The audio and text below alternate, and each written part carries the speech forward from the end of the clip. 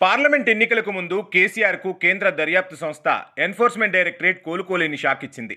Delhi liquor స్కామ్లో ఆయన కూతురు ఎమ్మెల్సీ కవిత పేరును నిందితురాలుగా చేర్చింది. ఎస్, ఢిల్లీ లిక్కర్ కేసులో కవిత చుట్టూ ఉచ్చు బిగుసుకుంటోంది. మొన్నటిదాకా సమాచారం కోసం ఆమెను పిలిచి ఎంక్వైరీ చేసింది సిబిఐ. కానీ ఇప్పుడు లిక్కర్ కేసులో నిందితురాలిగా చేర్చింది. ఇదే విషయాన్ని కోర్టుకు కూడా తెలిపారు అధికారులు. 41A కింద నోటీసులు ఇచ్చామని సిబిఐ కోర్టుకు సమాచారం ఇచ్చారు.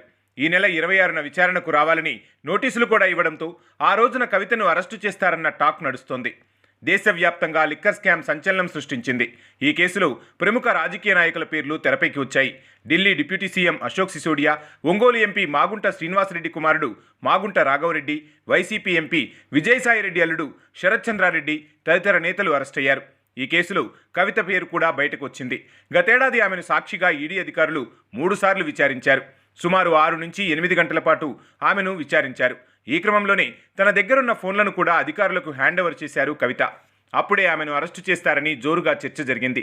కానీ ఇప్పుడు ఏకంగా సిబిఐనే నిందితురాలిగా గుర్తిస్తూ విచారణకు రావాలని నోటీసులు ఇవ్వడం సంచలనంగా మారింది.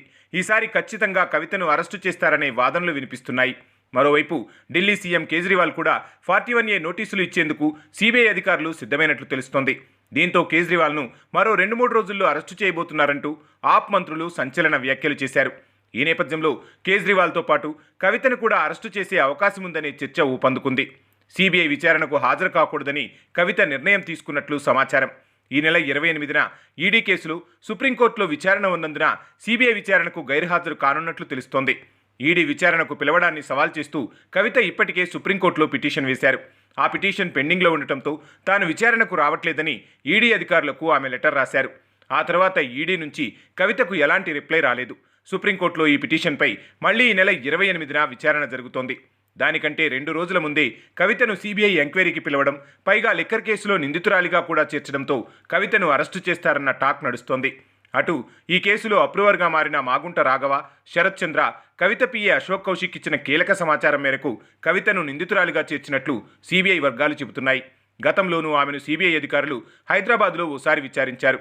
అప్పుడు 161 కింద నోటీసులు ఇచ్చాం కాబట్టి హైదరాబాద్ వెళ్లి కవితను విచారించామని, ఇప్పుడు నిందితురాలిగా చేర్చి నోటీసులు ఇచ్చినందున స్వయంగా కవిత విచారణకు హాజరు కావాల్సిందేనని అధికారులు అంటున్నారు. లోక్సభ ఎన్నికలు సమీపిస్తున్న వేళ కవితను నిందితురాలిగా చేర్చి నోటీసులు ఇవ్వడం బీఆర్ఎస్ పార్టీకి బిగ్ షాక్ అని రాజకీయ విశ్లేషకులు అభిప్రాయపడుతున్నారు. మరి దీనిపై ఆ పార్టీ ఎలా ముందుకెళ్లనుందో అనే దానిపై సర్వత్రా ఉత్కంఠ నెలకొంది.